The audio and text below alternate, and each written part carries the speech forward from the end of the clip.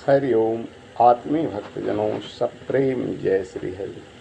आइए आज ले चलते हैं एक और तुलसीदास के विषय में। रामचरितमानस के रचयिता गोस्वामी तुलसीदास जी को तो करीब सभी लोग जानते हैं, लेकिन आज चर्चा करते हैं हम एक और तुलसीदास जी की, जिन्हें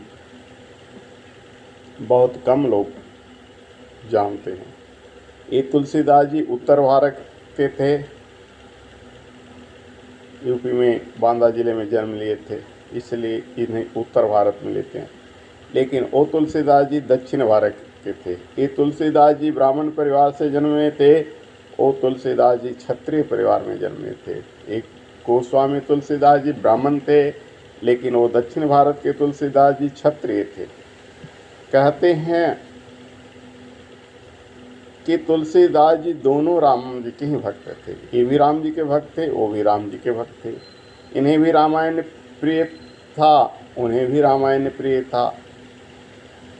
ये तुलसीदास जी को अपनी पत्नी से इतना काफ़ी प्रेम था कि पत्नी के प्रेम में पागल होकर बरसात में आधी रात में वो मुर्दा और सांप के सहारे चल दिए नाव समझकर मुर्दा को, और सांप को रस्सी समझकर, और पत्नी से मिले भादों के अंधियारी रात में। लेकिन वो तुलसीदास जी की पत्नी काफ़ी सुंदर थी, पुत्र भी थे, फिर भी वो विरक्त सन्यासी हो गए और भगवान राम की कथा में लीन रहते थे। वो क्षत्रिय थे।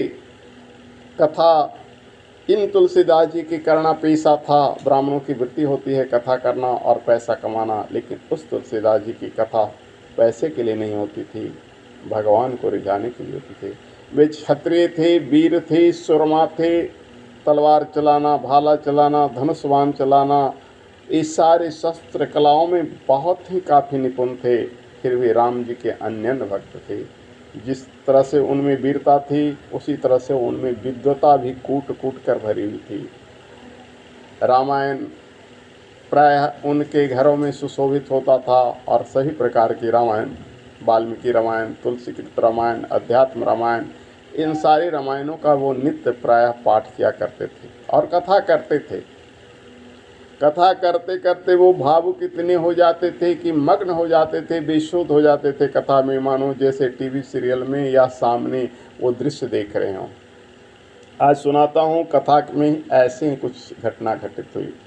एक बार वो तुलसीदास जी रामचरितमानस के उस प्रसंग की कथा कर रहे थे जहाँ सीता की चोरी गई थी और उसके लिए राम जी ने रावण का वध किया था। रावण और राम की जो युद्ध थी, उस युद्ध का वर्णन कर रहे थे, और युद्ध के वर्णन करते करते उन्हें इतना गुस्सा रावण पर आया, इतना क्रोध रावण पर आया कि वो मंच से, व्यासपीठ से उठ खड़े हुए, रावण मैं आ रहा हूँ तुम्हें मारने के लिए, और कूद गए।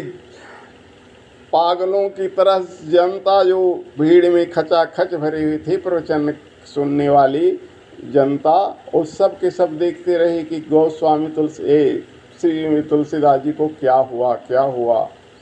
और दौड़े दौड़े अपने घर गए और हाथ में तलवार लिया और यहाँ बाजुओं में धनुष बाण उठाया और चल दिए वो घोड़ा पर। कहाँ चल दिए? लंका की ओर। सामने समुद्र था। घोड़ा कूदने ही वाला था समुद्र में कि राम जी को लगा कि अब तो मेरा ये भक्त मर जाएगा, घोड़ा सहित समुद्र में कूद जाएगा तो डूब जाएगा, मर जाएगा। राम जी एक ब्राह्मण बनकर आए, बोले तुलसीदास कहाँ जा रहे हो? तो बोले कुछ नहीं, बस रावण को मार के आ रहा हूँ। उन्होंने कहा रावण को तो तुम्हारे राम जी पहले मार चुके हैं, फिर क्यों मारने जा रहे हो?